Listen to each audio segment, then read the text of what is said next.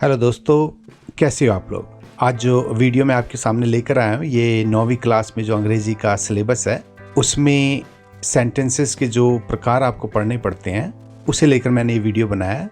और वैसे तो ख़ास करके जैसा मैंने आपको बताया कि 9वीं क्लास के लिए मैंने ये वीडियो बनाया है, लेकिन होपफुली जो दूसरे क्लासों में स्टूडेंट्स पढ़ते हैं उन्हें भी इस वीडियो से हेल्प हो। ठीक है, तो चलिए आगे बढ़ते हैं। और इंग्लिश ग्रामर में ख़ास तौर पे 6 किस्म के सेंटेंसेस को बताया गया है और ये 6 जो प्रकार के सेंटेंसेस बनते हैं उसमें अफर्मेटिव है, नेगेटिव है, इंटेरोगेटिव है, इम्पेरेटिव है, ऑप्टेटिव है और एक्सक्लेमेटरी सेंटेंसेस हैं। तो इनमें से हर कोई एक ख़ास किस्म का सेंटेंस होता है और चलिए इसे एक एक करके देखते हैं। सबसे पहले अफर्मेटिव। अफर्मेटिव का मतलब होता है सकारात्मक।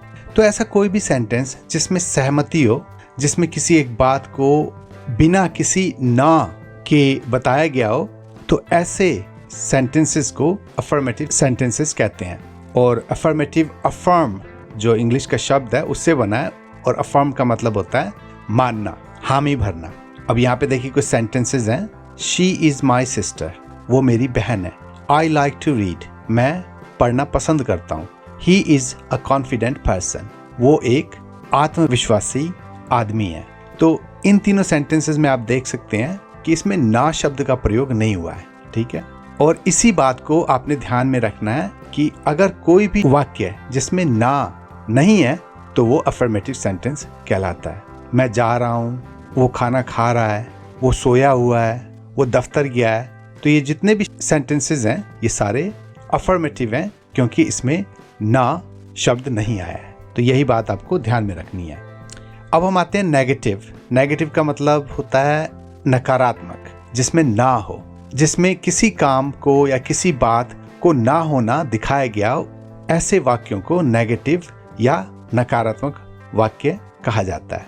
अब यहाँ पे देखिए, she is not my sister, वो मेरी बहन नहीं है। I do not like to read, मैं पढ़ना पसंद नहीं करता।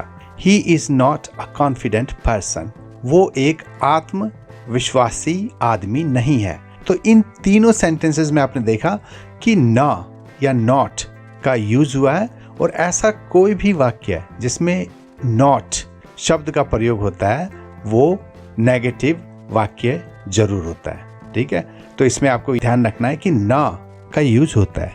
अब हम आते हैं इंटेरोगेटिव वाक्यों पर।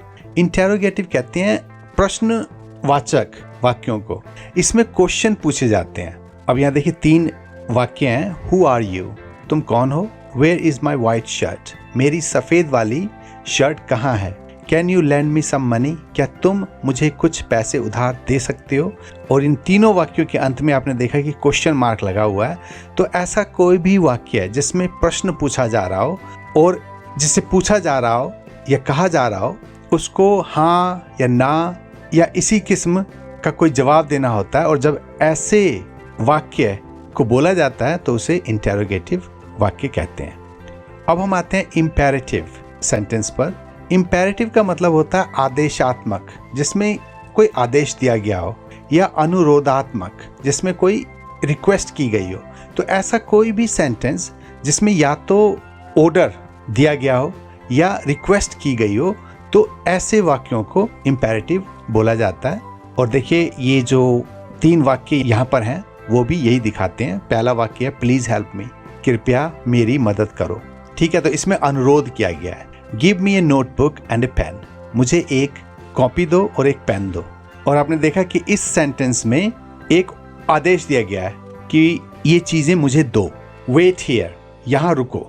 और इसमें भी तीसरे सेंटेंस में भी आपने देखा कि ऑर्डर दिया गया है कि यहाँ रुको, जाना नहीं, यहाँ तुम्हें रुकना है। अब हम आते हैं ऑप्टेटिव टाइप के सेंटेंसेस पर, वाक्यों पर। और इन वाक्यों में क्या होता है कि एक तरह की प्रार्थना, कामना आदि को बोला जाता है, विश की जाती है। मे गॉड ब्लेस यू, ईश्वर तुम्हारा भला करे। Wish you both A happy life together, तुम दोनों की खुशहाल जिंदगी हो साथ साथ। विश यू एवरी सक्सेस, तुम्हें हर किस्म की उन्नति मिले।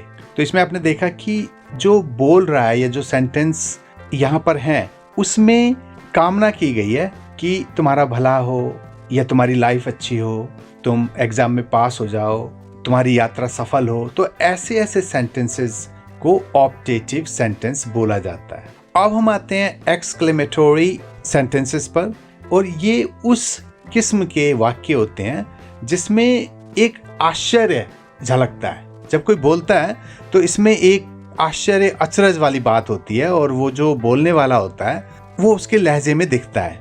और एक्सक्लेमेटरी, विस्मयादिबोधक जिसे बोलते हैं, थोड़ा मुश्किल शब्द है हिंदी का, तो उसमें हर वाक्य के अंत में एक एक्सक्लेमेटरी मार्क होता है, चिन्ह होता है, जैसा कि आप देख सकते हैं।